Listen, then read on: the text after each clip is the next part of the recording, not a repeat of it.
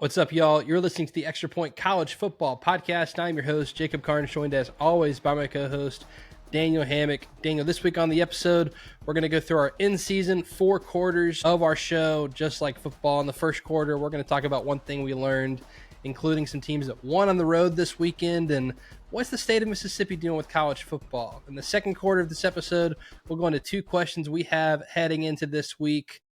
I want to talk about some parity that's going on. Who in the world's going to win the SEC? What do we think about Georgia? What do we think about Miami and Florida State heading into this week? That's coming up in the second quarter. At halftime, we'll go through our BCS-like rankings, our extra point rankings, the XPR. We'll update that for you with our top 25.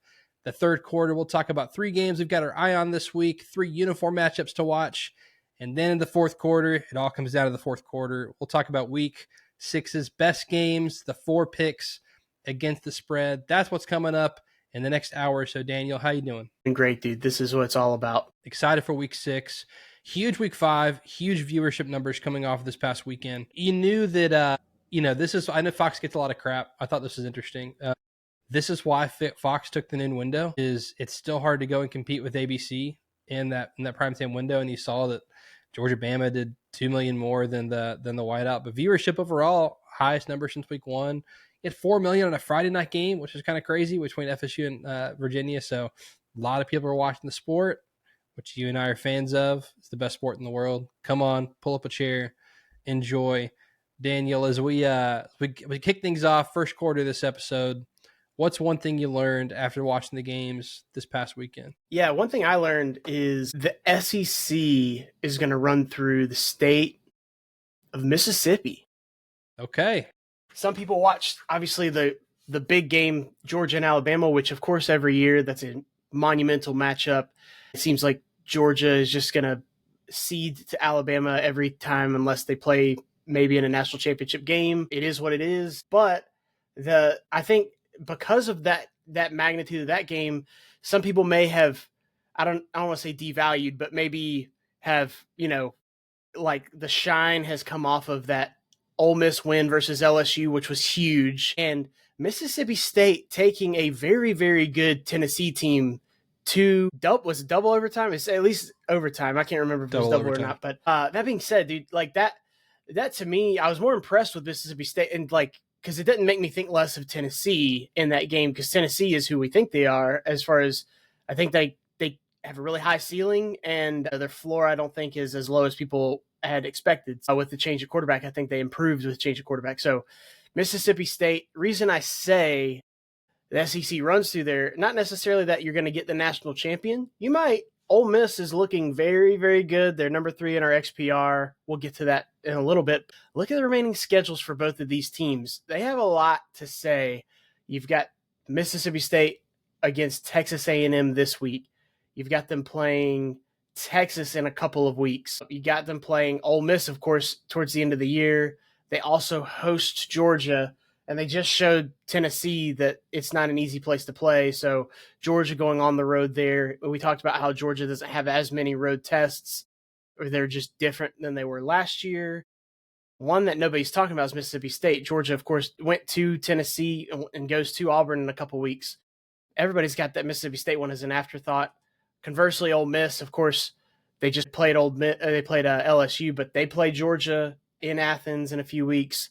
They play Oklahoma, another top 10 team in our XPR. And then, of course, they play Mississippi State at the end of the year. So I think both of those schedules, you could do that with just about every SEC schedule. So I do understand what I'm saying. But I think that both of those teams are going to have a hand in what the SEC does this year, one way or the other. If they help determine the SEC, then obviously that's going to lead to potential national championship implications as well. I love it. The state of Mississippi going to have. Is this 2014? Remember those first CFP rankings in 2014, having both teams in the top 4. It's great. Daniel, one thing I learned this is the first year that Georgia Tech since 2014 has been 5-0. So it does feel like 2014 a little bit. Who knows? A little bit. My one thing I learned: it's hard to win on the road in college football. So I kind of have 3 takeaways here. One, you've got teams that went on the road and lost. I think we did hit the under on Chris Felica's over-under 3.5 ranked teams to go on the road and lose. You had Florida State to Virginia on the road, unranked. TCU to Arizona State, which I know it was ranked to unranked. Arizona State was favored. USC to Illinois. Illinois coming off of just getting body bagged by Indiana, turns around, desperation mode, beats USC. You had some close games, right? Like you had Tennessee over Mississippi State, close game on the road. Georgia Tech over Wake Forest, highway robbery by the refs, but close game on the road. And then teams that really impressed you because they won on the road and won. Alabama, you go into Sanford Stadium and win Saturday night. It's hard to do that. You come out on top. Like a 1-point victory is a 1-point victory. You go on the road to win, steal away from Georgia. Like Oregon, you go into the whiteout, you dominate for most of the game. It goes to overtime, you steal that win. And then, hey, Ohio State going to Washington, kind of beat the brakes off of them. It's weird that we're 5 weeks in and it's like, how good is Washington? I don't know, but they do what good teams do, Daniel. They go on the road and beat them. They cover their 9.5-point spread, kind of look methodical.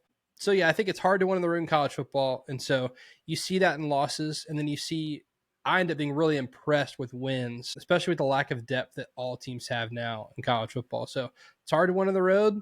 If you lose on the road, turn around and come back and get a win after that. Take your loss and keep moving, because losses don't mean as much in 2025. And if you go and win on the road, it's really impressive because then you get to come back home and enjoy a game at home where someone else has to deal with your environment. So it's hard to win on the road. I'm impressed with teams that do, and that's why we see teams lose in college football. We head into the second quarter. Daniel, two questions we have heading into this week. Daniel, what's your first question you've got heading into week 6? Yeah, mine is it's retrospective, but is this a cause for concern for Georgia, or should this be treated as their one big loss per year? Bama usually has their number. I think of the quote from, what is it, The Dark Knight with the Joker, is something about introduce a little anarchy and upset the established order. So this is the established order. Alabama beats Georgia. If Georgia were to beat Alabama, I think people would have taken notice. For Georgia to lose, I don't think it's so crazy. I don't think that, it upsets anybody's, thought process. I mean, I'm sure the Georgia fans were upset Saturday night, but you look and it's like, it's not like if, I don't know, Auburn beats Georgia or like Florida beats Georgia. I think you have to change how you think about Georgia. You have to change, what your expectations of them are. If Tennessee would have beaten them a couple weeks ago, even though we see Tennessee as a formidable, strong, top 10 team in the XPR, or, just outside, I think that's something you got to consider. Like, okay, is Georgia, did they take a step down? Are they, but they kind of seem like they're right where they're still supposed to be. We're going to have to see how they react coming out of this. But I look at that game and I wonder, like, is this, cause for concern? Obviously, we've watched all of these Georgia and Alabama games very closely, and it seems like Georgia kind of tries, they get out of their comfort zone and try to do things differently. And it has usually blown up in their face one way or another, whether that's, a fake punt, back in, was it 2018 or whenever that was, or, this year with on fourth down going hurry up instead of, letting them review the previous play to see that Gunnar Stockton perhaps got the first down, and then maybe set up your best play possible to run on 4th and short to then, eventually advance towards a touchdown. I think that, you definitely have to kind of look at it and say, all right, let's see if this is if Georgia had gotten blown out, I think I'd be leaning more towards this is cause for concern. 3-point loss with some shots in the foot, I'm leaning more towards this is, Georgia's one loss for the year that they're going to use to kind of rally themselves back. So a lot of football left. I think I want to answer your question and kind of go on to my first question, which is this the most parity we've had in the sport since 2007? I've been reluctant to admit that changes are creating parity. I think that the people are not acknowledging the right changes that are causing the parity, right? A 12-team playoff has not created any more parity. I was just talking with a friend this morning on, I think more teams can get to the playoff and more teams can beat other teams. I feel more like, you saw last year, Vandy and Bama. Alabama beats Georgia. They're going to lose to Vandy. You're going to see more of those games in the regular season, I think. But those teams, Arizona State almost beat Texas in the playoff last year. They were never going to go and beat Texas and then Ohio State and then, Penn State, Notre Dame in the championship, right? Like you got to win multiple of those games in the playoff. But I do think it's creating more parity in the regular season, and it's the transfer portals. What's done it is, especially these top teams, their depth's been cut out from under them. And so you have very young teams that are going to lose more games. And I think Georgia's in this category. I mean, Kirby Smart talked about a preseason of this is a team, he's got over 50% first and second year players that are having to grow up and learn some of these lessons. And look, Alabama took their lumps in week one and turned around. Everybody called for the end of the dynasty. And I mean, we tried to warn y'all, by week 5, they're beating Georgia and Athens. There was no cause for concern because it's a long season. And they had the opportunity to correct those mistakes, and they looked like an extremely focused team on Saturday night. Daniel, to answer your question, I do have a stat from Bill Conley, kind of the analytics king in college football. He does a post-game win expectancy every week, and I like paying attention to it because it shows how fluky a win was or wasn't, because it takes into account like basically full game stats. You put those stats into the computer. How often does that team still win the game? Daniel, Alabama's post-game win expectancy on Saturday night was 19.6%. So if you put those same stats from the game into a computer, basically Alabama wins that game 2 times out of 10. The adjusted margin for the game was, I'm looking here, I think it was Georgia by 7. It's like if you enter those stats into a computer, the result you get most of the time is Georgia and a 7-point win. Part of that factoring in is what's really impressive about Alabama Saturday night was that their success rate did not match how often they converted on third down. So it sees that as fluky, and that your average success rate throughout the game was nowhere close to how you actually performed on third down, like converting those. And it was impressive. Ty Simpson looked methodical. So look, if you're Georgia, I think it stings because it's Alabama, and you're going to have people wondering, is this an Alabama problem? And again, I think you can say this for a lot of teams, Daniel. If you change one play in the game, are you talking about the problems you're currently addressing with this team? I think if you're smart, yes, because here's the real problems for Georgia is they have to find a pass rush. They could not get to Ty Simpson, and it's been a problem all season, especially with 4. They're having to get creative, and it's still not happening. They're not getting to the passer. I think that's a problem that if you're looking at Georgia and saying, okay, what teams can sit back there and wait for receivers to get open because they've got a shot to beat Georgia. Tennessee did it. Right, and they had a shot to beat Georgia. But then you look at some of the good stuff and say, hey, they ran the ball for 250 yards almost. Like, if you're Georgia and you're doing that, you expect to win the football game. So I'm not concerned about Georgia going forward. I think, like these top teams, we're very critical of when top teams underperform. So this is still a team that I think has a 10-2 floor. So they've got one of those losses. So I think they're going to lose one more time. But I'm not concerned about Georgia getting to where they want to go this season. Daniel, what's your second question? I kind of hit mine with parity there. What's your second question? Yeah, you mentioned in that, about like when a team gets to the playoff, can they go on the run? Can they win those games? You mentioned Arizona State with, if they were to beat Texas, which they had them on the ropes, could they go and beat Ohio State? Texas could have gone and beaten Ohio State. Do we think that Arizona State could be in the same realm as them? We both agree no. My question is, in that light, who's the bigger national championship threat, Miami or Florida State? Obviously, we get the game this week of them playing each other, so we'll see the individual matchup itself of who is going to come out on top, and I'm very excited to break this one down. But I think, both of these teams have a strong chance of making the playoff. They both have a strong chance in the ACC. Of course, Florida State's 0-1 in the ACC already against Virginia, but we're both, my expectation is Florida State's going to be in the ACC championship game. Let's see this thing play out and see how these things go. But once they get there, which of these teams, as constructed, could go on some type of a run? For me, it's like they're similar but different. They're both built on the transfer portal. They both are making the lines of scrimmage a big deal. Of course, the Florida State with the Gus Malzahn offensive system are more of a, let's run the ball and let's really ball control this thing. You've got more of a cerebral, pocket passing quarterback with Carson Beck on the other side. So it's like he can make those throws. If you're down in a game, you feel better about him maybe bringing you back. Florida State may be more of a front-running type team. They get up on you, and then they kind of stop you from catching up to them because they bleed the clock. They keep possession of the ball. So I'm interested to see, like, of course, everything comes down to matchups. Part of me is Right.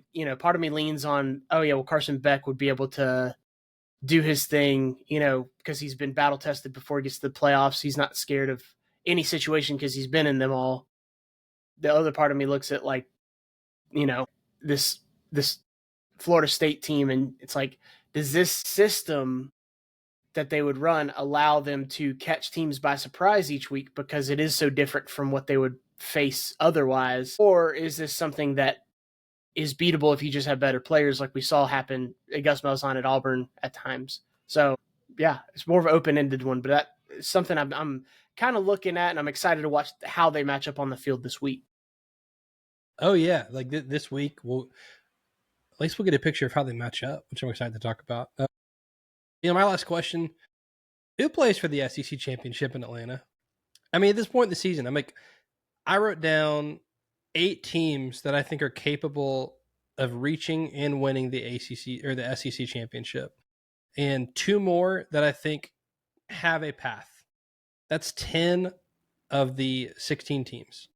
Like, I have Georgia, Alabama, Texas, Oklahoma, Tennessee, Ole Miss, LSU, Texas A&M as all teams that can win it. I think of those, I might move LSU to have a path. I think those offensive issues are just not going away. And Vandy and Missouri have a path with their schedule, like, where they're undefeated to this point, and the schedule looks pretty decent after that.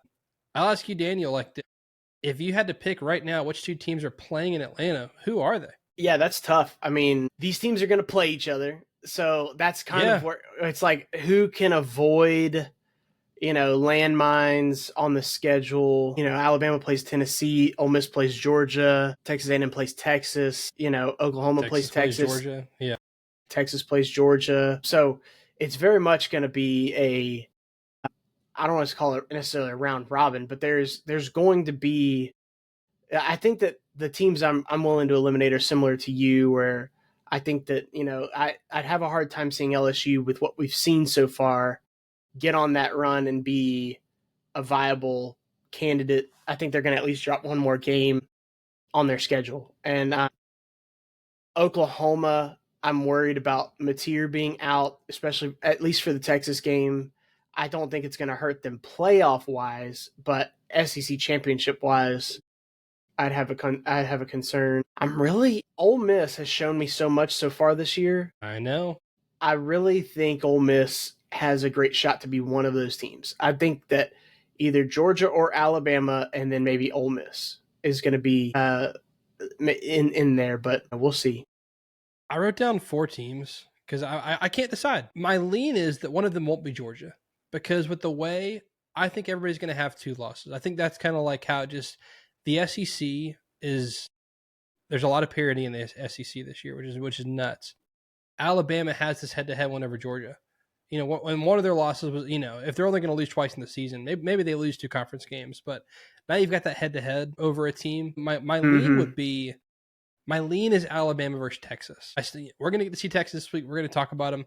My next team right there is like Ole Miss and Georgia. Like, do one of these teams, if Ole Miss beats Georgia, obviously, then they have a head-to-head as well, and their schedule looks decent at that point. But yeah, I don't know if I've gone into like a week 6 where I could like list 8 teams I wouldn't be surprised for playing in Atlanta, and then I'm having a hard time narrowing that down. Like, I can't remember times that I've been like covering or watching college football as a fan seriously for a long time that we couldn't get like almost halfway through the season and have a really good idea of. This is also only the second year of having Oklahoma and Texas, and both of totally those are in that group. So, like, totally fair. Just to keep in mind, like, they didn't just add, like South Carolina and Arkansas, like in 1992. This was, you got Oklahoma and Texas, and Oklahoma is playing like Oklahoma. So it's fun. It's going to be a great second half of the season. It will be. All right, let's go into halftime, Daniel. We've got our updated XPR. Top 5, which if you're watching on YouTube, you can see it on screen. If you're not, you can follow us at the Extra Point Pod on Instagram. You can follow Daniel at Deep South Daniel on Twitter, me at Jacob Karnes with the K on Twitter. All linked down in the episode description. But if you're watching top 5, I'll go through. New number 1 this week. We've got Oregon at 1, which we've had them at 1 for a couple weeks on our personal rankings. Ohio State at 2, Ole Miss at 3, Miami at 4, Oklahoma at 5. And I've got to rag you a little bit. All right. This has been a fight between you and I for years now. All right. And if you would like to see my personal ballot, happy to send it to you. You send me yours, and I put this all together to get our aggregate. You've got Georgia over Alabama in your personal rankings. They just played in Athens on Saturday. I'd like an answer on that one, as well as what you corrected it a little bit. You've got USC ahead of Indiana, who is ahead of Illinois, although Indiana beat Illinois, who just beat USC. What's going on here, Daniel? What's going on? First of all, the Big Ten is insane. Like, I don't know. We got to go a couple weeks because they play, like, the schedule that they play. We've got to see some teams play each other, I guess, for me to build. Okay, we did. But what I said last week was going into it, we're either going to learn that USC is a contender or we're going to have more questions. And I think we have more questions because Illinois won. If USC would have won, then we could have just thrown Illinois to the side and throw them away. I almost did by accident. I forgot about them briefly. They're back. They're in my top 25, of course. But that shellacking they got from Indiana is enough for me to be down on Illinois. Also, Indiana, I've seen it against Illinois where they dominated. I want to believe, I want to see, like, they haven't played like a legitimate opponent yet. The manner in which they beat Illinois is all I'm basing their ranking on. So I am fine with admitting that these are imperfect. They are going to be imperfect for a little bit. I have no problem.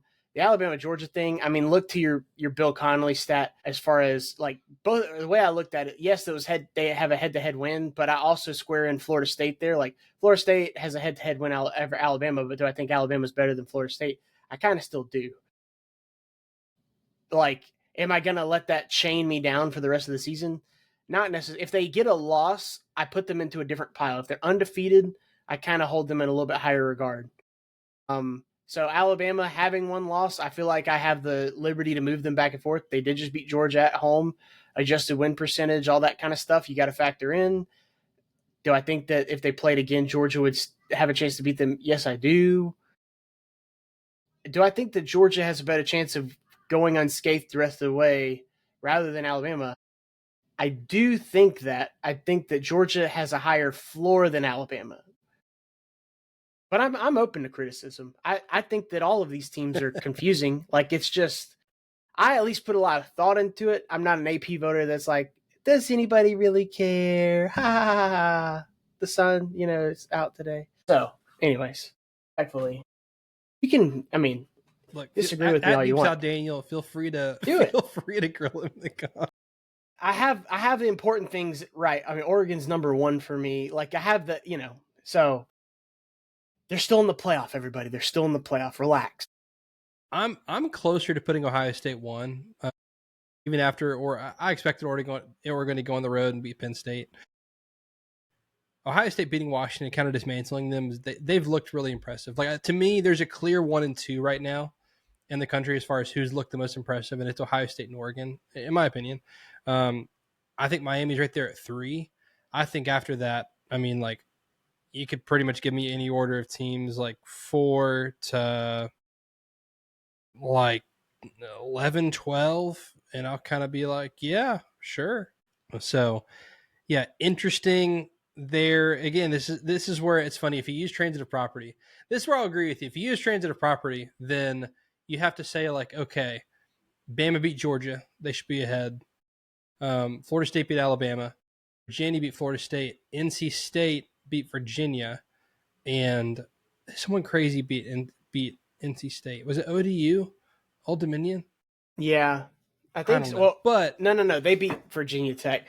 But did Virginia Tech beat? I don't know. Beat NC State? I don't know. It was something crazy like that. But my thing is, when teams have the same record and you have a recent result, like I'm at this point okay with you moving Alabama ahead of Florida State because both teams have a loss, and because it's like where a team's at in week 6. Because to me, rankings have always been about what have you done for me recently, right?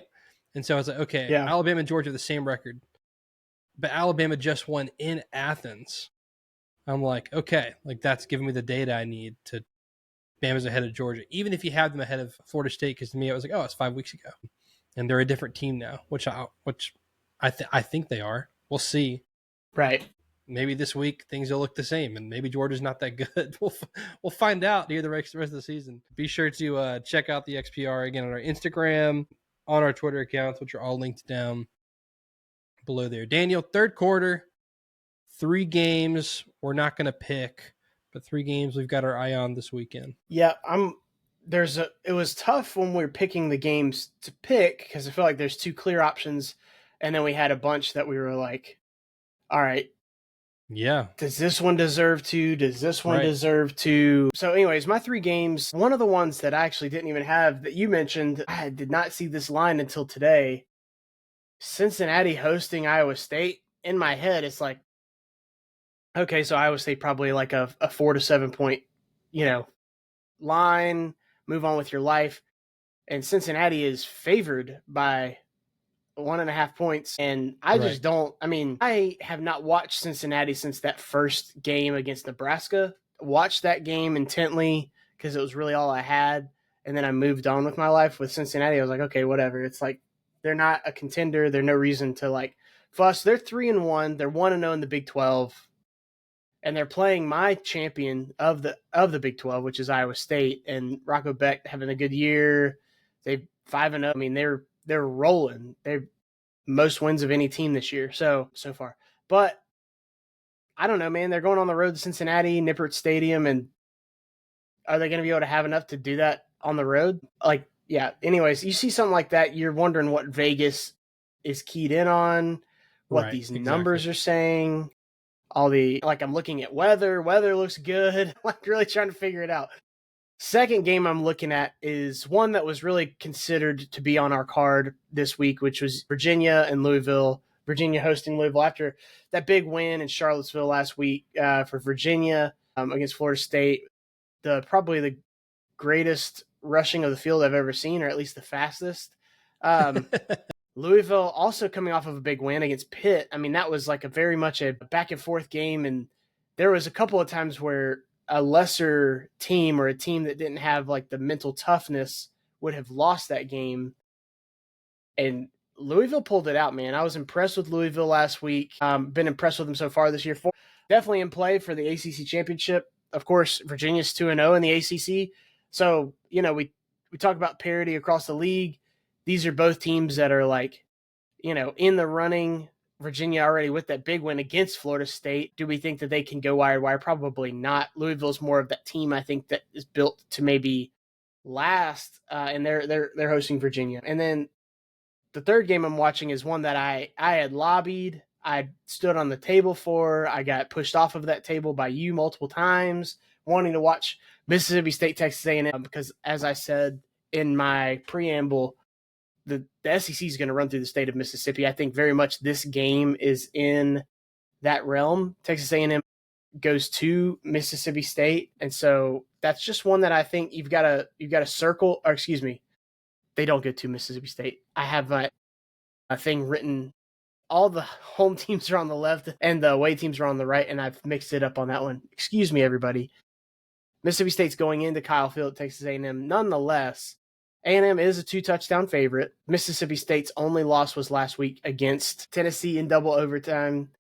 I don't necessarily think Mississippi State's going to come in and win this game, but I think they're going to give them some trouble. They are a team that has not given up, nor that should they. But I'm saying a lot of times when teams play Mississippi State, they're counting on playing a team that's not going to fight very hard. Their season's probably over with. Texas A&M is coming into this game probably not fully. I'm not saying they're not focused on Mississippi State, but it's not a rivalry. It's not a team they think about, any week other than this week. They don't do any extra prep beforehand. They just came off of that very emotional big win against Auburn, which we picked perfectly, by the way. We said that Auburn with the points, 6.5. They win by 6. It was perfect. We got lucky. We did not get lucky. That was a good pick. Dude, that was a blowout. That was a great pick. That's those time of games. Those games get ugly, and that's what I Yeah. expected. It was going to be a weird score. Anyways, keep an eye on this Mississippi State team this year, and it's a team that everybody counted out before the year. They're coming in playing with house money, and Texas A&M is going to have to make sure they don't let them ruin their season.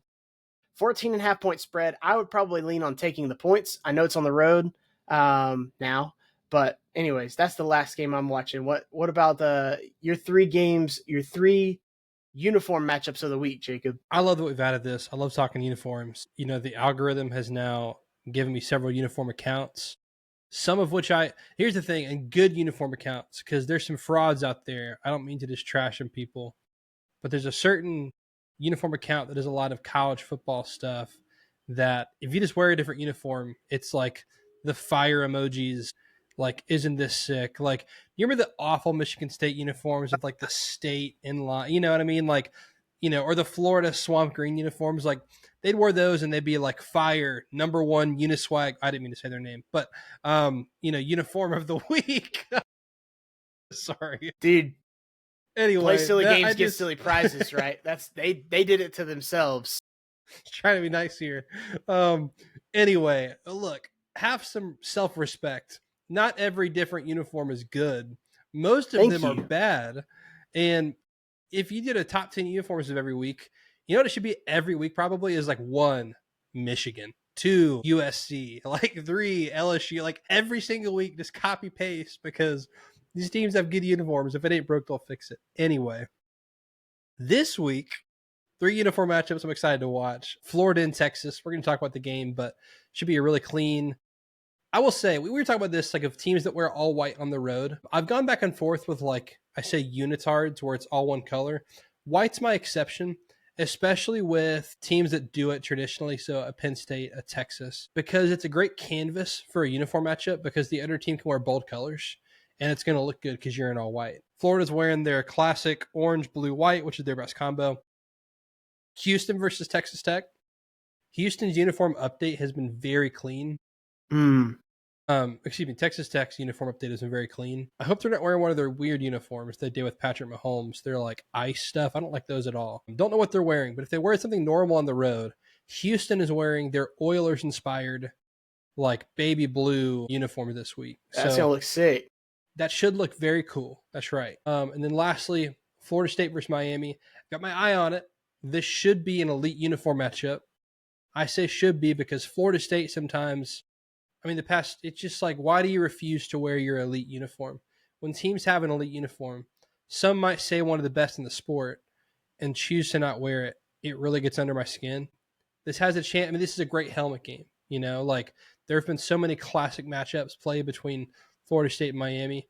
What I hope this is, Daniel, is I hope Miami wears all white or green pants, not the orange pants. Just not a fan. And Florida State wears their classic gold helmet, garnet top, gold pants. That's what this should be. Under the lights, it will look amazing if that's the case, and hope we get a classic game in that one. A few more just to mention: Georgia and Kentucky, blue and red, always looks good. Michigan, Wisconsin. North Carolina, Clemson could be a really good one. 2 great uniforms in that one. Yeah, those are the other 3 I kind of highlighted. Yeah, those are the top 3 I've got my eye on. But the Houston one made it because they're wearing those baby blues. I think I'm excited to watch, to see those in the field. And Texas Tech. Something I was going to mention with your synopsis of uniforms.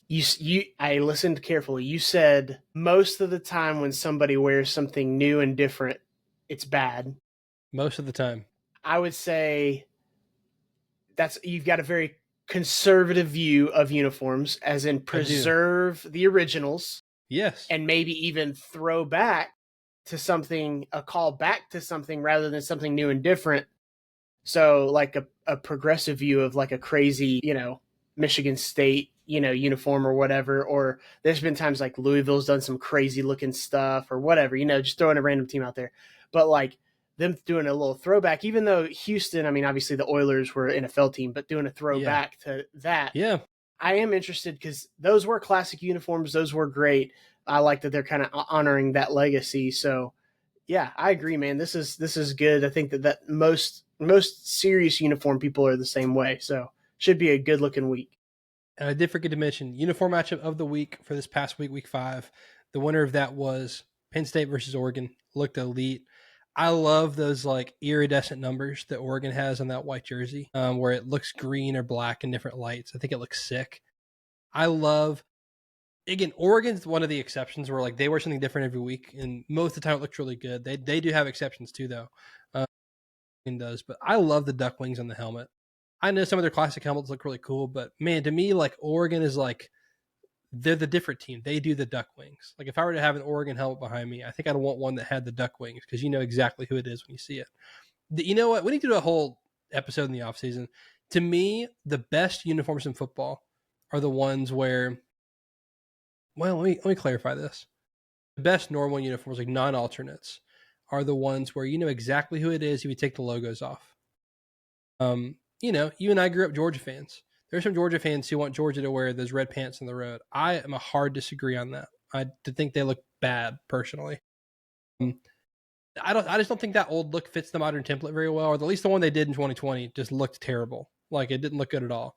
Changes like the pant stripe, all that kind of stuff. Yeah, like Georgia's one of these teams though. If like you take the logo off, you see a red helmet with like red and black numbers, with silver pants with that red, black, and white pant stripe. You know exactly what team it is. Like Ohio State, you see the silver, you know, what do they call it? Cardinal? I don't know. Scarlet, and or it's gray, scarlet and gray. Excuse me, Ohio State fans. Like gray with that helmet stripe, and I know the Buckeyes are kind of the logo, but like you see that and the pant stripe, and I'm just, yeah, you know it's Ohio State, Michigan. Very clear who that team is. Those are some of my favorite uniforms where you take the logo away, and you just know looking at it like that is that team because it's an iconic look. Those are the best uniforms in my opinion. Anyway, I digress. We head into the fourth quarter, Daniel. 4 best games of the week. Sometimes it's hard to pick. This is one of those weeks. We're going to pick 4 games against the spread, starting with at 3:30. We've got Texas going to Gainesville. Daniel, this was supposed to be one of the biggest games of the year. It's not anymore, but it is under a touchdown spread. So you got Florida favored by 6.5. Is it a trap spot? Both teams off a bye. Daniel, who do you like in Gainesville? Yeah, so you're saying it's not anymore. It's not going to be. This is allegedly not a big game. Yeah, I don't buy it. I don't buy that, dude. This is the SEC. This is Texas's first true SEC road test since joining the conference. Okay, so look at Florida.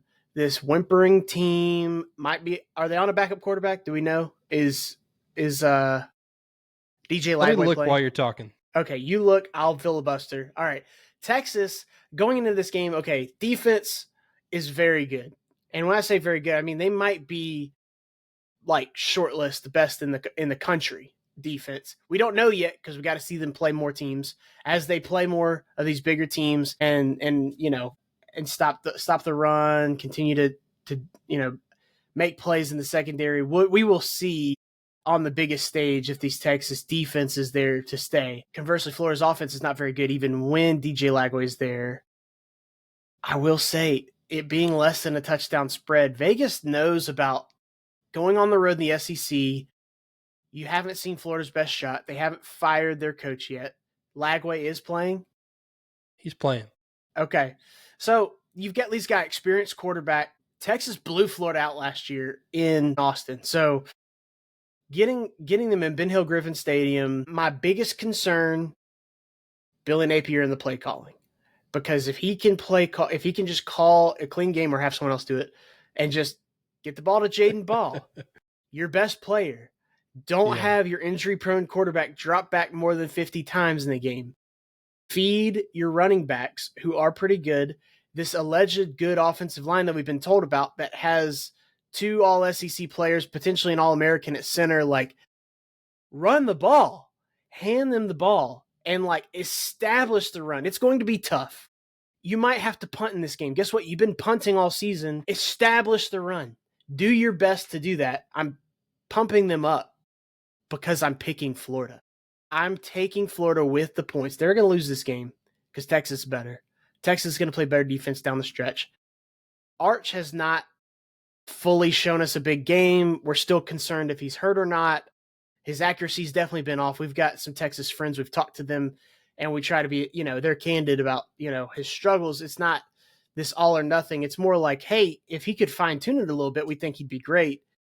I think that they still have that trajectory, like you mentioned, to win the SEC, be in the playoff, do all those kinds of things. It starts with a win in Gainesville, but it's not going to come easy. There's going to be some, blood, sweat, and tears that are going to be part of the payment for this game. And I think 6.5 is too much. I think Florida, with the points, loses this game, but I'm gonna middle it like we did with Auburn and Texas A&M last week. I'm gonna try not to get burned by doing this too much, but I am taking Florida at home with points. I like an underdog at home with points in the SEC. Home dog. Give me the 6.5 points. Yeah. Just so you know, home teams this year are 54% against the spread. So, that's just not wins; it's against the spread too. So good. That's been a trend this year. Good pick. Maybe 55. I don't know. It's enough where it's. I know that sounds like not a lot, but in the betting world, that is a trend. 10% difference. If it's That's just 5% one way, it's 10%. That's right. Total. Florida and Texas. Which offense can find explosive plays? If you can tell me that right now, I'll tell you he's going to win the game. Which team can convert on third down? I know this is like I could just say that for any of these games. True. As analysis, but you're talking about both of these teams are outside the top 100 in third down conversions for the year so far. I think the easy answer to both questions is Texas. As far as like which offense do I trust to figure it out? I think it's Texas, but we haven't seen it yet. I still lean the Texas offense figures it out. Is the swamp going to be on full throat? Right? Like they're on the board talking about who's going to be their next head coach. Like, are they ready to welcome Texas in and take this seriously and go ruin Texas this season? What version of the swamp do we get? Will Texas be able to run the ball against Florida? Texas so far has not been great running the football. Can they find it on the road against Florida? I'd love to find out.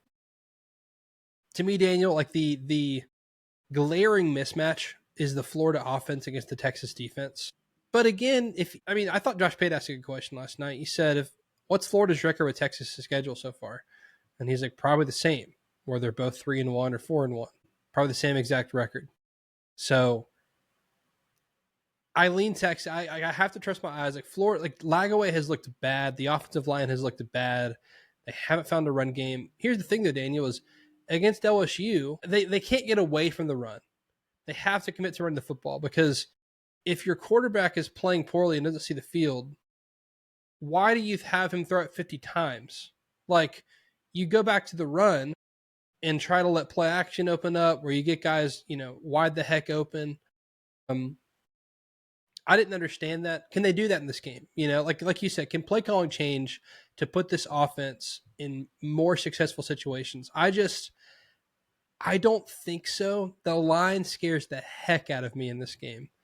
But the fact that it's under a touchdown, like, give me a Texas 27-20 win, and by the skin of my teeth, Texas wins and covers on the road in Gainesville in a low-scoring game because neither one of these offenses have figured it out. I think the Texas defensive line could have its way with the Florida offensive line, but again, it's a long season. Do they find something in the bye week? Do they put a different rotation in?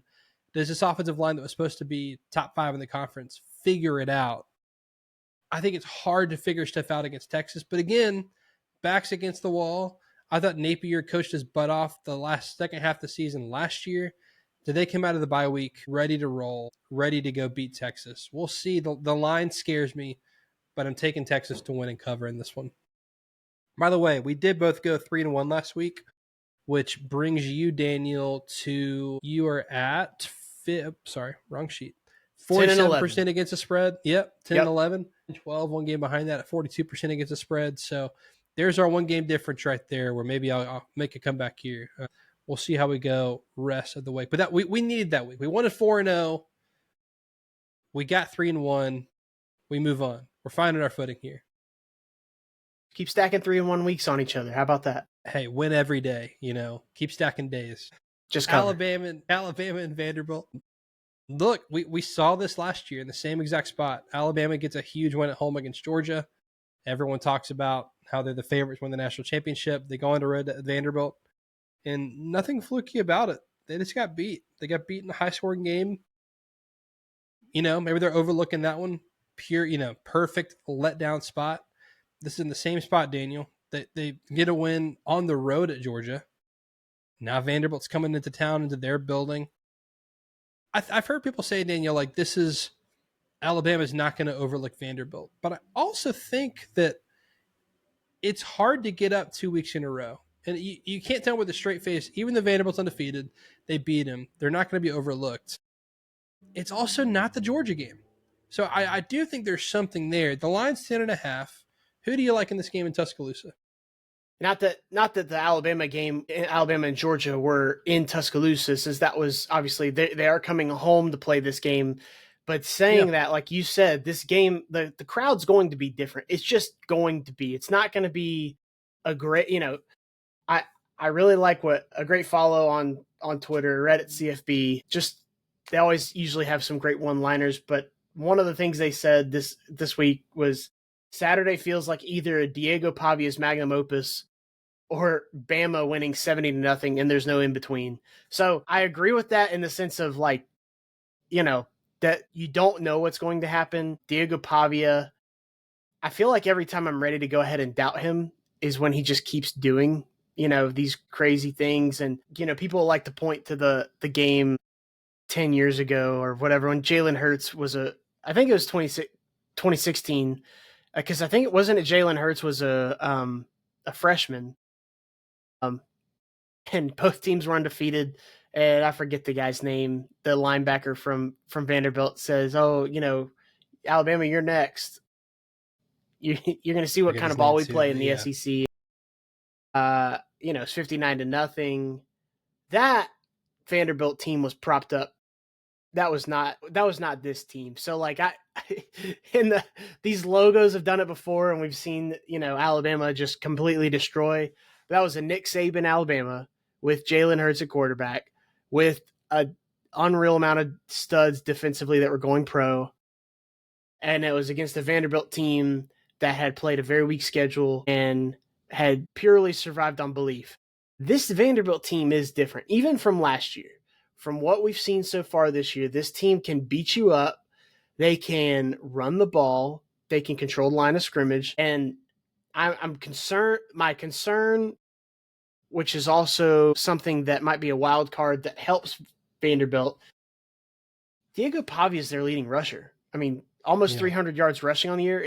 Anytime I see that usually worries me. It's usually like, okay, this means they don't have a good running game otherwise. But when you have almost 300 yards, a couple touchdowns, it's not that maybe that he's having to do it out of necessity. I think maybe it's just that he's a weapon. And he's the kind of guy whose mentality going into a year like this, after everybody had said, we figured him out after last year. And obviously they didn't go 12-0 last year. People figured them out during the season last year. Yeah. And if Alabama played them the week after they lost to them, I think they would have beat them last year. I'll say it like that. That being said, this is the exact same spot. Look ahead. Diego Pavia, man. I mean, I'm just going to take these points and see what happens. I'm going to go for the ride. I'm just going to take the 10.5 points. I think Alabama wins. I think they should win. They're a better team. It's at 3:30. Just the spot's weird. If Alabama was on the road, I think Alabama has a better chance of beating them. And I think it's because they would lock in for a road game. That being said, I'm going to take Vanderbilt with the points. I think Alabama wins. Again, another middle. Some people would call it a coward middle. I'm just going to take these points. But it's on the road that I'm taking these points. And I think it's a good line, 10.5. Open at 11.5, I think. So give me Vanderbilt. Give me the 10.5. I'm open to whatever happens. Bama probably wins, but who knows? We'll see. I've seen crazier things. Alabama is good. Vanderbilt's just a good football team. There's nothing fluky about this. Like, they're power rated inside the top 20. So that's opponent adjusted. It's not just the 5-0 record. It's not just the schedule they've played. They're simply a good football team. They're not off the radar, but like I said, like, you're not going to be up for the game as like you are against Georgia. Here's what I do see coming, Daniel. I do see a high-scoring game coming. Both teams are comfortable playing in a high-scoring game. And also Vanderbilt's defense, not that good. Alabama has given up some explosive plays on defense. Pavia is just an experienced and a very good college quarterback. He is. Like he's kind of this, I say, dying breed of, like sixth year quarterbacks from the COVID year. Like there's very few left at this point, but he's an experienced quarterback. It's a great He's point. a baller. He's a YOLO quarterback. He knows how to win football games. Opponent adjusted per play, like Vanderbilt has a top 5 offense in college football going against a same metric, like a top 20 defense in Alabama. So I think that's kind of your good on good. Also, same kind of stat, like Alabama offense going up against a top 35 defense in Vanderbilt. Excuse me, sorry. No, that is true. Sorry, top 35 defense in Vanderbilt. Man, I'm going back and forth with this and Daniel. Has Bama flipped a switch? I think that's my question. Like, was the Georgia result like last year where they got really up for that game? The next week they looked completely different. Because again, the reason I picked Georgia was I'm like, for Georgia's flaws, I've not seen a lack of effort like I saw with Alabama against Florida State. And I didn't know if some of those issues were fixable in season. Clearly they fixed something because they looked extremely focused, like didn't have a lot of penalties. They were finishing plays against Georgia, like looked like a completely different team. Have they flipped a switch, or do we see something similar to last year? I think it's a really good game. Here's where I'm picking Alabama to cover. I think it's like a 44-31 game, so high scoring. Take the over. I think a Pavia YOLO ball is what causes a cover here. Like I think it's a good close game throughout, and like the reason it gets to like 13 instead of 6 or 7 is Pavia does throw a lot of YOLO balls, which works against a lot of teams. I mean, just watch him play.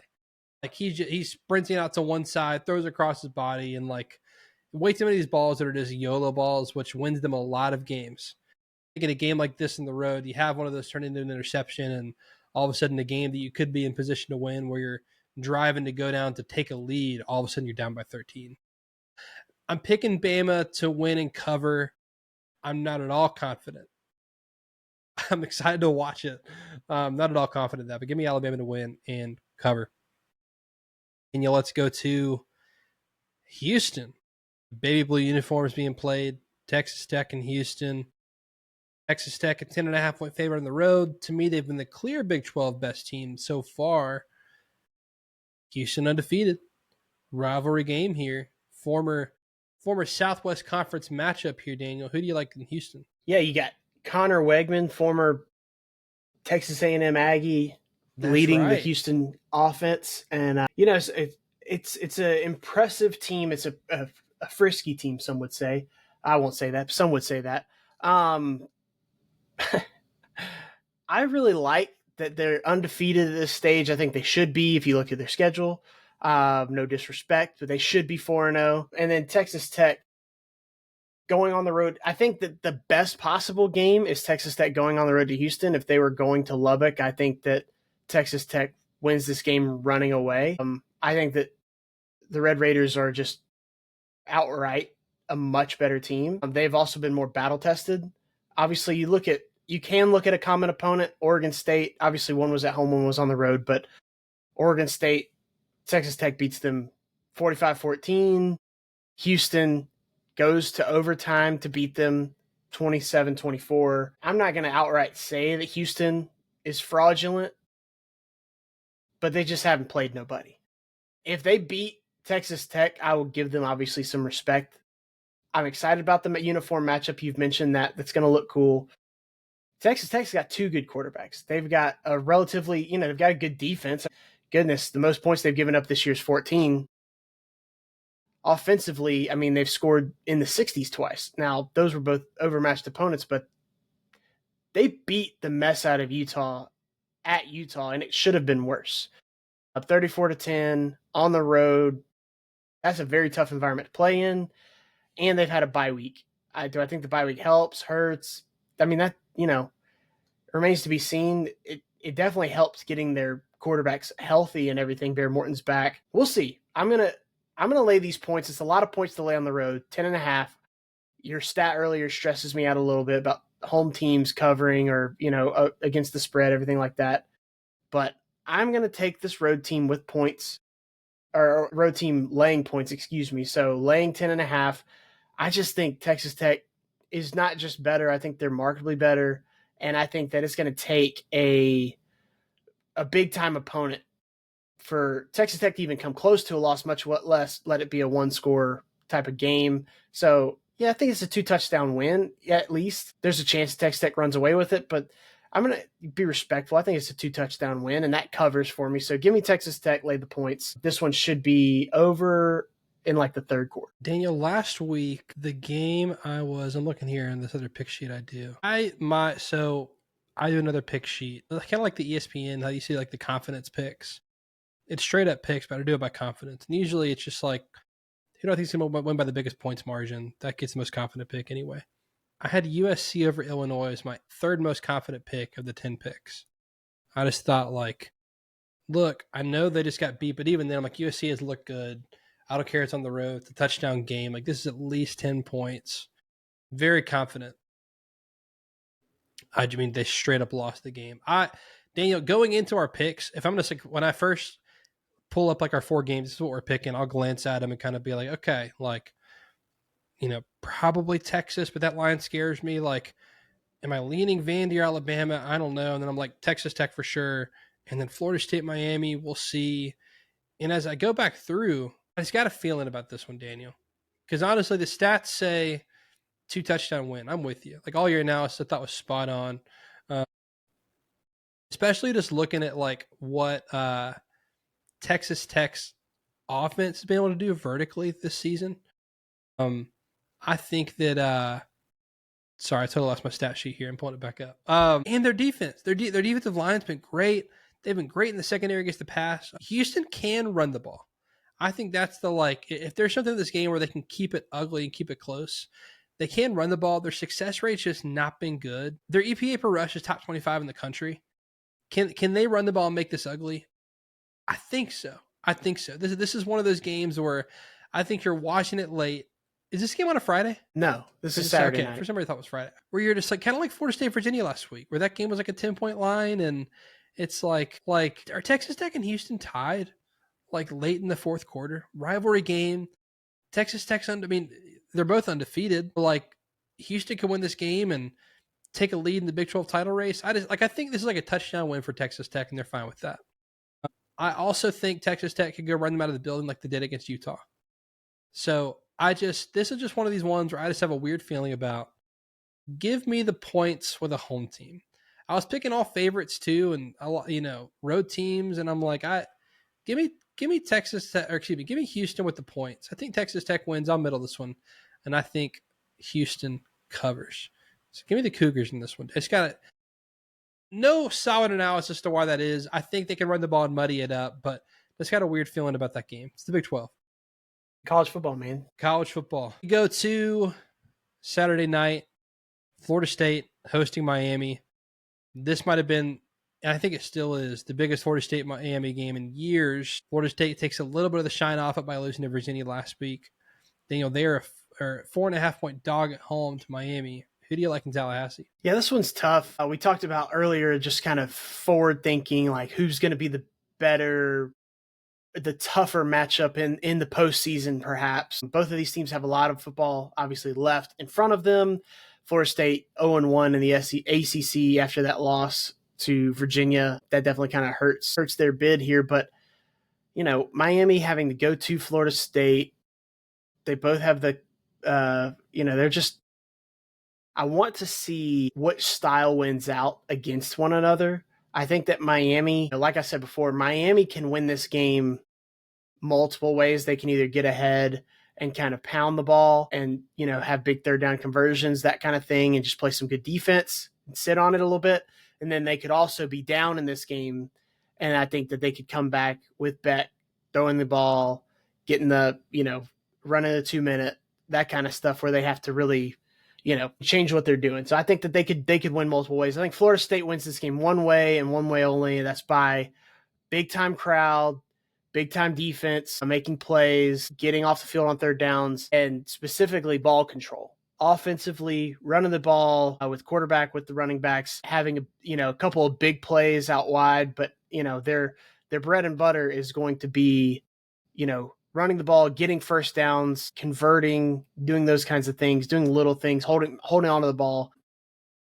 Florida State at home with 4.5 points in a game like this, I like them in this game because even if Miami were to win that other way that I mentioned of, being behind but coming back to win, I think that still probably leads them to just a small victory of, less than 3 points perhaps. So I like that half point I get with the 4.5 points. I think that helps, me reconcile. I think Florida State outright wins this game. It's a must win for them after last week. There's no more looking ahead. Last week they were potentially looking ahead. And I also like the coaching matchup. I think Cristobal has, a chance that there's maybe some mental blunders along the way, whereas Mike Norvell and Gus Malzahn, I feel like, are a little bit more steady as coaching staffs. Just give me Florida State outright to win, but I'll take the 4.5 points just in case I need them. Daniel, this was the first week where we go completely against each other with the picks. All 4 games. Last week we were completely in unison. This one was needed. Complete disagreement. But again, that's funny. The game I feel most confident in is Texas Tech, and I just flipped it just because I'm like, I know nothing, so I'm going to go ahead and pick you. This will be a close game, man. We've seen it already. I think Illinois is a great example. They lose to Indiana. They come right back and beat a good team at home. Backs against the wall. They beat USC. I think that could absolutely happen in this game. But if I'm just looking at the teams, Daniel, I think that Miami can win this game in more ways than Florida State can win the game. And so in a tight game that I think will be within a touchdown, I think Miami has more ways to win. They can win running the football. They can win throwing the football for 350 yards if they need to with Carson Beck. Their defensive line is one of the best in the country. Their offensive line is one of the best in the country. Their defensive backfield was retooled and has looked unbelievable this year. I think that's one of the wins of the portal has been Miami's defensive backfield. Can the Florida State defense step up and get enough stops against Miami, enough stops to win? I think that decides the game, and they're bad about giving up points in the red zone. Florida State's defense is. They've not been great with field position, and their 3rd and 4th down success rate. The Florida State's defense is not getting off the field near as much as they need to. Miami's a top 15 offense in the country in that area, and we saw it last week with Georgia and Alabama where, look, if you keep them on the field, they're going to keep getting points, right? I think Miami's offense has enough success on 3rd and 4th down to win a close game on the road. The 4.5 points, I do wish it was 2.5, honestly. So I think it's going to be a really good close game.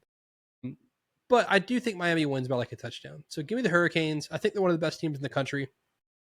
I think they go on the road and beat Florida State. If Florida State wins this game, I think it looks like, we've already seen it some this year. No one's really talking about it, but Beck has started throwing some interceptions this year. It was a problem last year. He's thrown 3 picks this year. When you do that against a good team, you put yourself in a position to lose football games, right? So I think that looks like the defense gets a big pick and Florida State goes up by a touchdown. Now the crowd's against you, right? And now the pressure's on. Now you feel like knowing how good of a game day coach Mario Cristobal is, you start to make some dumb decisions when you start to get down or when you're up. Dude, no lead is safe when you get Mario Cristobal as your head coach. So if I'm picking a close game, I'm really nervous picking him, but I do think this roster is just better than Florida State. But again, Miami can go win this game by a touchdown, and I am by no means worried about Florida State the rest of the year. So, it's a tough loss to Virginia, but this is still a team that can go 10-2, 9-3, and be right back in the ACC championship game and get a rematch against Miami potentially. That's kind of how I see it right now. But give me Miami on the road at this point in the season. All right.